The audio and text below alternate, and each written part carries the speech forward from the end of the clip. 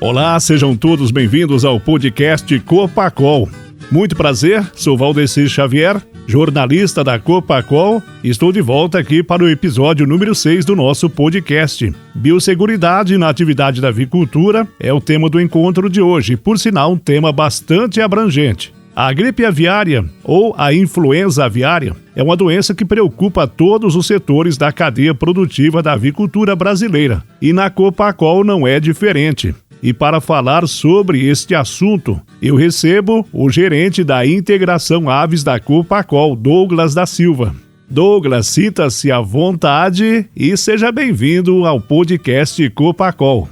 Muito obrigado pela oportunidade de esclarecimento. Falar aí dessa doença exótica que é a influenza aviária, uma doença de suma importância, né? Hoje nós estamos aqui no nosso país como o maior exportador de carne de aves do mundo. O Brasil tem um selo de exportador de qualidade principalmente qualidade sanitária. Tem algumas doenças que nunca aconteceram no país, uma delas é a influenza aviária. Nós podemos citar também a doença de Newcastle. E a biosseguridade é uma barreira fundamental, importante para que a gente mantenha esse selo que habilita o nosso país a exportar qualidade sanitária e atender clientes do mundo todo. Muito bem, Douglas. Antes de mais nada, antes de irmos ao assunto, peço que você se apresente. Conte um pouco da sua trajetória profissional na Copacol.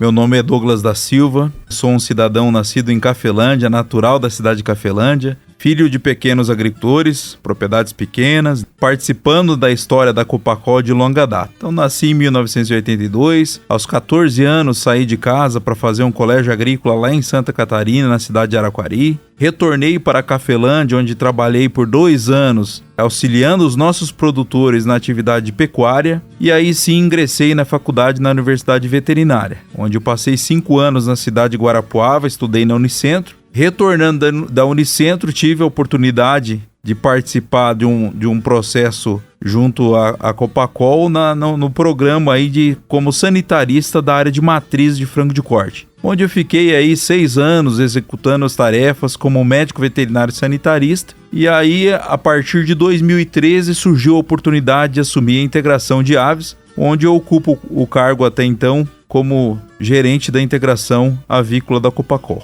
Douglas, como você se sente podendo estar à frente de uma atividade que representa o maior negócio da Copacol e que contribui com o maior faturamento da cooperativa, que é a avicultura? Conta para nós. Eu me sinto bastante honrado, porque sabemos da tarefa importante, da missão importante, uma atividade de extrema importância para a cooperativa, para a região, que agrega valor por uma série de famílias atuando junto à cooperativa. E também dentro de uma cadeia extremamente desenvolvida de produção, onde produzimos alimentos para o mundo todo. Então sabemos da responsabilidade, o peso da responsabilidade dessa função e da missão que temos junto ao nosso cooperado de agregação de valor.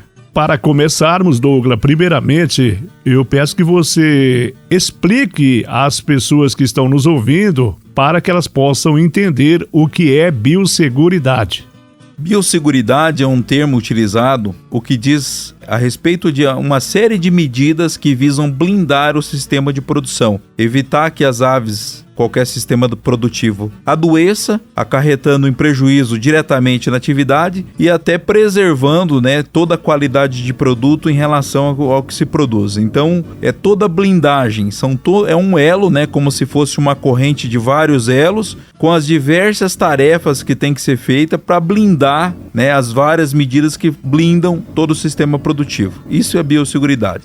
A maioria dos países produtores já registraram o foco da gripe aviária ou da influenza aviária e, felizmente, no Brasil nunca tivemos nenhum registro. Qual é o diferencial do Brasil com relação a outros países nesse sentido?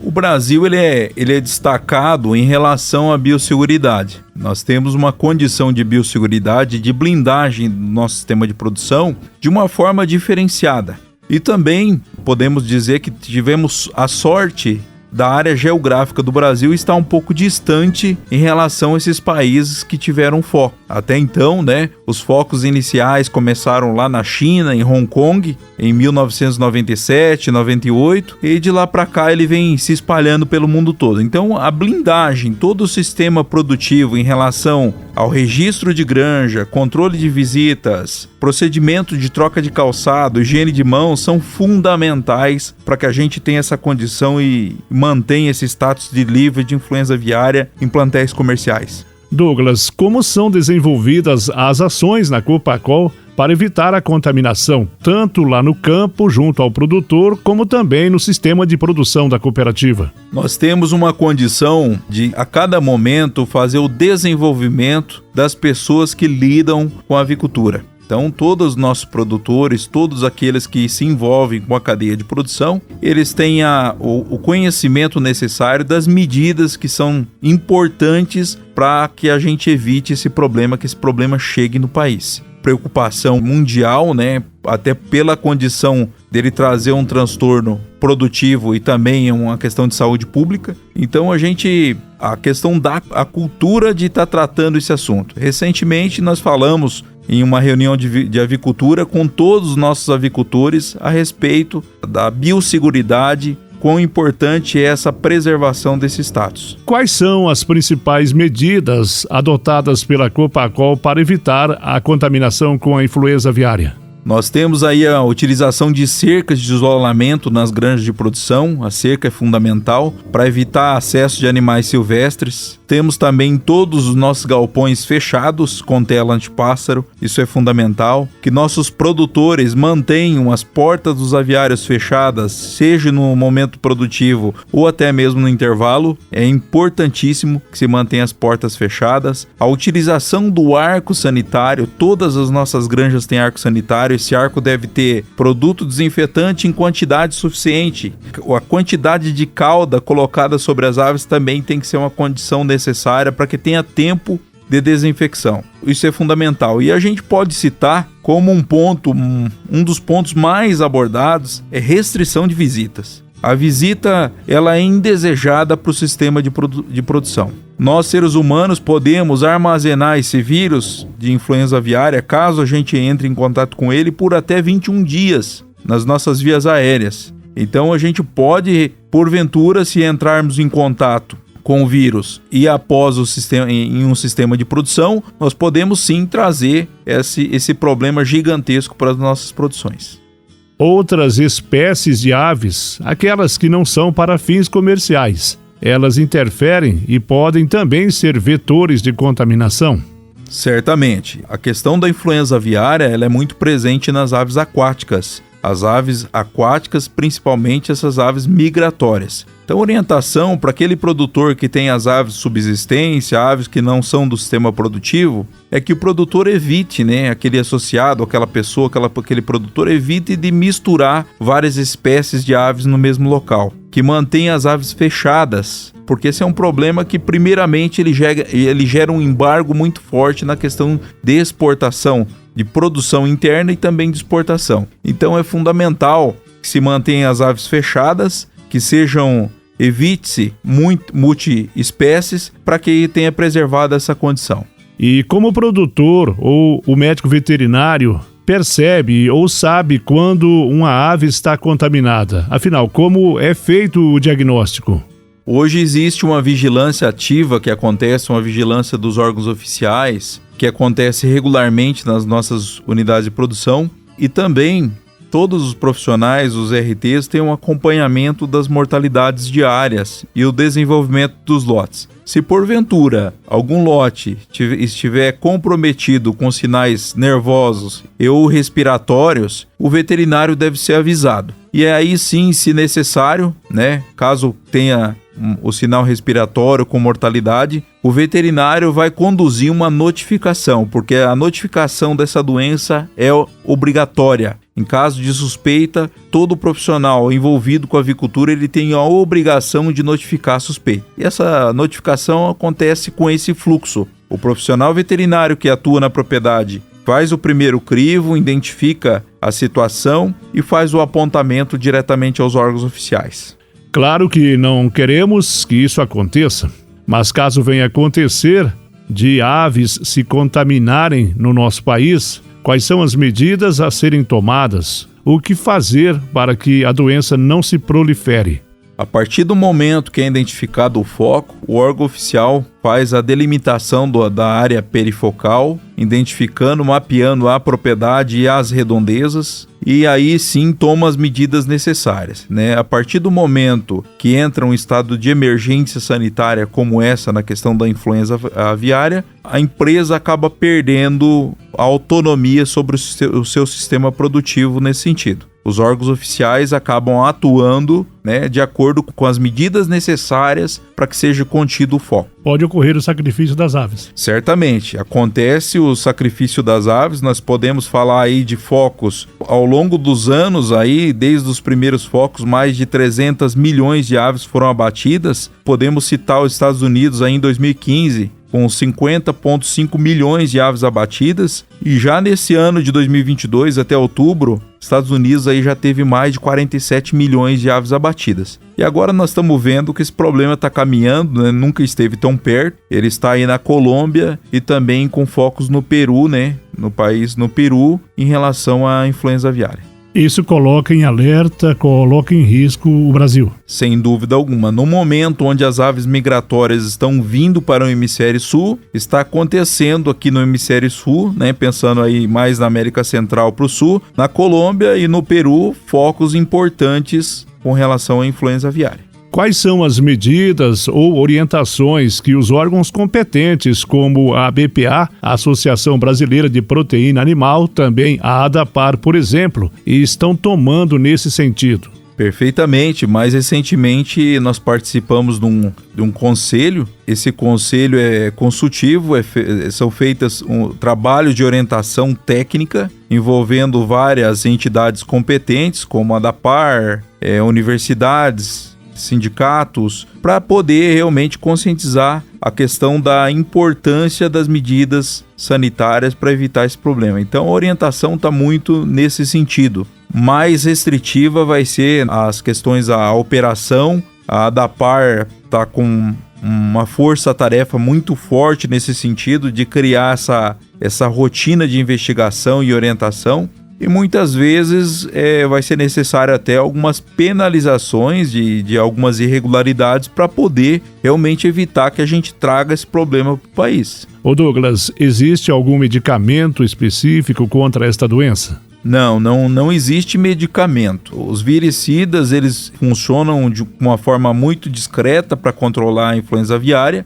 O que existe, né, alguns países usam essa prática, é a vacinação. Hoje nós podemos citar o México vacina e também a Itália também vacina. O problema é que a resposta à vacina é muito baixa. Esse vírus, ele tem uma capacidade muito grande de mutar, ele muta com uma velocidade muito alta e aí torna as respostas das vacinas muito discretas. Mesmo vacinando, tem países aí que trata de uma mortalidade em caso de influenza maior que 50% dos plantéis, dos lotes acometidos. Então a resposta é muito baixa à vacina por conta dessa facilidade e essa adaptação viral. Caso aconteça de um foco da doença chegar no Brasil em uma determinada região do país, toda a produção brasileira para exportação e também para o consumo interno é embargada, é cancelada?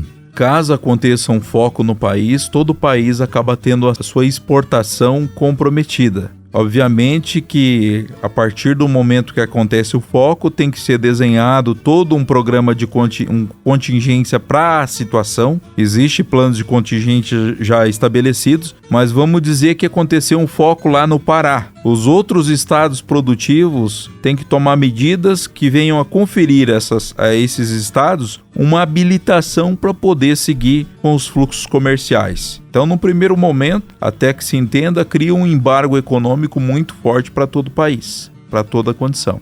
nós podemos citar os Estados Unidos, que aconteceu influenza aviária. Os Estados Unidos, após algum tempo, conseguiu continuar exportando, porque provou que a região onde estavam os focos não eram regiões produtivas, não estava sendo comprometido as aves comerciais. Então teve um contexto ali, naquela condição, para que realmente fosse possibilitado a continuidade da exportação. Diante desta iminência, qual é a orientação da Copacol neste momento? Nós estamos com um plano muito forte de alojamento das linhas, tudo dentro, tudo fora. O que significa? Que a gente vai alojar os lotes em mais ou menos uma semana, todos os aviários na linha. Nós estamos orientando os produtores que façam a cloração da água, principalmente, né, por esse vírus chegar através de aves migratórias, por exemplo, patos. Então nós temos que ter uma atenção muito forte com a fonte de água que está sendo utilizada nas propriedades, trabalhando a cloração numa quantidade satisfatória. Também temos que destacar a importância do vazio sanitário, a higiene, a desinfecção das granjas, o controle de roedores, a restrição de visitas passa a ser fundamental também. Essa é uma bandeira que diríamos assim, uma bandeira número 1 que tem que ser erguida, da restrição de visitas. A troca de calçados, caso seja necessário adentrar a granja. Higiene de mãos, desinfecção de mãos é fundamental. Botinhas, exatamente, e o produtor dentro da propriedade ir lá utilizar o calçado exclusivo. E evitar visitas. São vários pontos que a gente pode citar. Poderia dizer também destino de dejetos, por exemplo, cama aviária na retirada, como proceder. Colocar no local conforme indicação da equipe técnica, de uma forma que não venha comprometer e contaminar um fluxo, estradas, etc. E o produtor cada vez mais está afinado com a equipe técnica, percebendo qualquer alteração dos lotes em produção, que ele possa imediatamente pedir o apoio, pedir ajuda para a gente poder junto entender como conduzir. Agora, por outro lado, o estado do Paraná é o maior produtor e exportador de carne de frango. Pode-se dizer que o estado é modelo para a avicultura brasileira?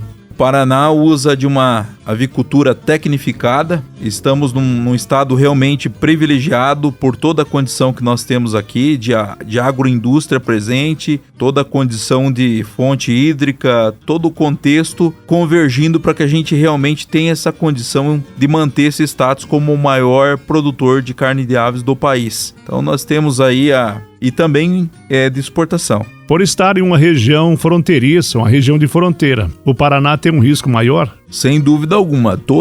O Paraná tem uma extensão territorial gigantesca, né? E a gente o Brasil como um todo, e o Paraná não é diferente. Então aqui nas proximidades o fluxo é muito intenso devido ao comércio que acontece entre os países. A nossa orientação é que os produtores evitem trazer qualquer insumo de origem animal de países vizinhos. Isso é proibido por lei. A gente pode falar não só animal, mas também vegetal. Isso a lei ampara, restringe, mas fica o alerta de realmente que não execute nenhuma importação, nenhum transporte de produto de origem animal de um país para o outro. Isso acaba agravando e colocando o Estado num risco maior.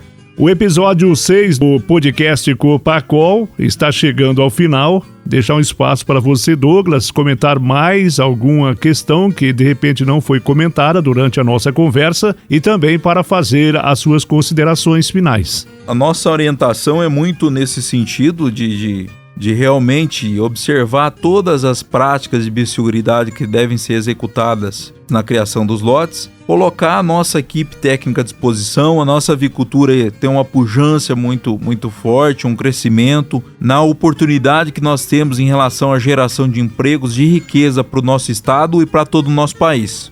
Então, dessa forma que cada um, de uma forma consciente, entenda a importância no papel dessa preservação para garantir esse status. Nós temos aí uma avicultura, nós olhamos aqui dentro da nossa cooperativa quanta oportunidade que se gera em função da atividade de avicultura, assim como as outras atividades. Ressaltando, nosso país é o maior exportador de carne de frangos do mundo. E nós precisamos exportar qualidade. Esses problemas eles vêm se arrastando de longa data. Vários continentes, todos os continentes do mundo foram comprometidos e agora a iminência de um problema está muito alta. Então fica a responsabilidade, a situação de alerta desse caso. Valeu, Douglas. Muito obrigado pela sua participação, pela sua presença no nosso podcast, e eu tenho certeza que as suas informações foram de grande importância para o nosso ouvinte. Obrigado, Xavier. Obrigado a todos. E nos colocamos mais uma vez à disposição para que a gente realmente faça uma sinergia para estar evoluindo dentro da atividade tão importante como a avicultura, preservando o nosso negócio.